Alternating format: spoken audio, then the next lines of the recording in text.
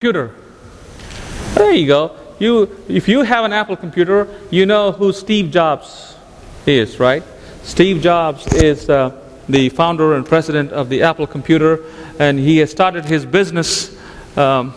He wanted to make a difference in the world, and he started with this new computer for a long time back, and he's trying to compete with the other world in the business area, and he's looking for a marketing manager who would bring a name for Apple computers.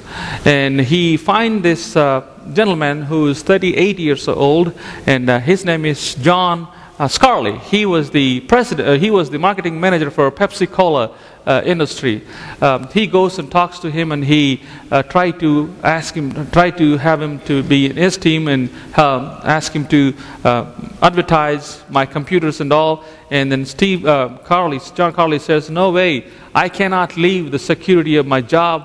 I cannot do that because the benefits and everything is good." So he tried and tried and tried. By the way, I'm not endorsing any of these Pepsi-Cola or computers. I'm just trying to make a point here. And in a business fashion world, Steve Jobs is no more anyway. He passed away.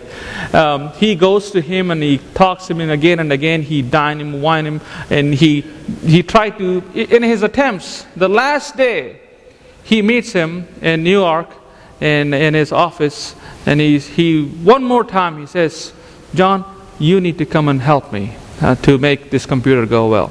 And then John Scarlett says, "No, I cannot come because you may pay me, but I cannot leave the security that I have with the Pepsi-Cola company." And then Steve says, "The last time, I'm trying to give you an opportunity to change the world, but you seems to be content with the sugar water." It was that moment John Carley made his decision, make it easy to make a decision, and he started working with Steve Jobs. And you know, the Apple computer is all over the world today, and it made a big difference. Boy, when I heard this, and my brother is a big Apple man, when I've heard this, I almost feel like jumping out of my chair. Boy, the computers are changing this world so much. But nothing like Jesus and the gospel has changed this world. And I almost feel like, Jesus said, like, He doesn't want us to be the sugar water. If you open your Bibles in Matthew chapter 5, verse 13, He says this verse, "You are the salt of the earth. But if the salt loses its saltness, how can it be made salty again? It is no longer good for anything except to be thrown out and trampled around underfoot."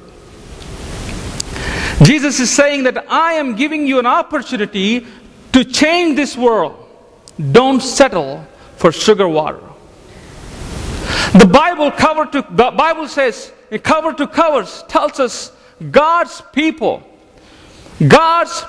who are so normal people, not anybody so intelligent or somebody so special, intelligent people, just like people like us, normal people, few people, especially minority. If you think the Christians are minority, especially minority people, God uses them.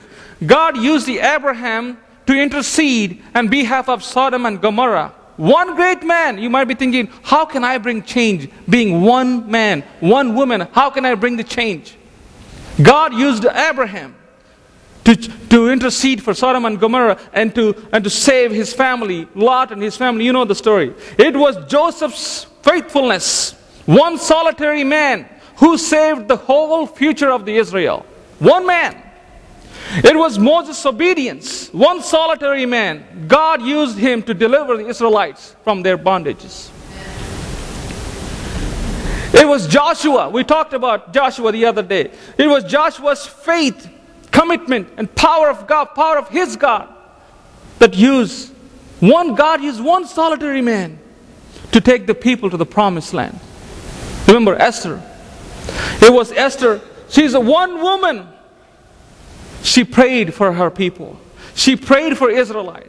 She's one solitary woman, delivers his people from annihilation, exile, from the exile. God used one woman. Church, you might be thinking, how can I bring change in this world?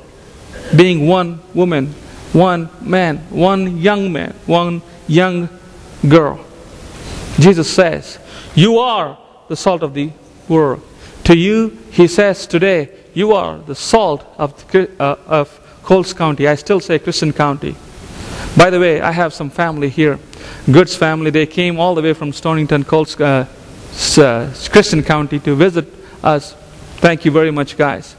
The other day I answered the phone. Somebody said hello. I said Joy Assembly. And I go, oh, I don't work in Joy Assembly anymore. I don't know why I throw that. But you are the salt of the earth, Jesus says. He's saying to his disciple, as soon as you become Jesus, as soon as you ask Jesus to come to your heart, as soon as you believe that you are saved, you are automatically become a disciple. He is talking to you. He says, you are the salt of the earth. If you don't have Bible, please look at there. If you don't have money to buy a Bible, please come and talk to me. You are the salt of the earth. But if the salt loses its saltness, how can it be made salty again? It is no longer good for anything except to be thrown out and trampled underfoot.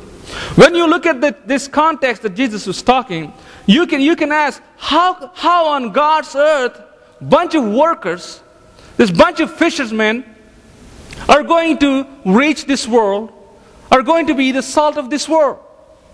How can they be? They were not theologically trained clergy. None of them had PhD. None of them were company presidents. None of them had MBA. They were not a corporate executives. And they did not know anything about computers. In fact, they had just been told that their greatest asset is being poor in the Spirit in Matthew chapter 5. They have just been told that their greatest passion is mourning over sin. They have just been told their greatest accomplishment was to be meek. They have just been told their response to this cruel world to be merciful and peacemakers. They had just been told in the only good appetite is the appetite for righteousness. They had just been told their only weapon is the purity of heart and integrity. They had just been told, doing for all this, they would receive insult. They would receive persecution. How can these people with this kind of characteristics, how can they be salt of the earth? How can you be the salt of the earth? Knowing all the faults that you have, knowing all the sins that you've been carrying, you have just trying to come out of your bondages. How can you be the salt of this earth? You may be asking me. You may be asking yourself, how can I be a salt of this earth? For as the heavens are higher than the earth, so are my ways higher than your ways, and my thoughts than your thoughts, says Isaiah. Isaiah says, let me read this again. For as the heavens are higher than the earth, so are my ways higher than your ways, and my thoughts than your thoughts. You may be thinking you cannot be salt. God sees you a powerful, dangerous weapon for the enemy. Here we are, trying to have sugar water. Sometimes we try to go for diet. Today, the direct words from Jesus are just relevant as they were at the time when Jesus was spoken. For in our day, we may have advanced technology, but I want to tell you, as you already know, that we have lost our peace of mind.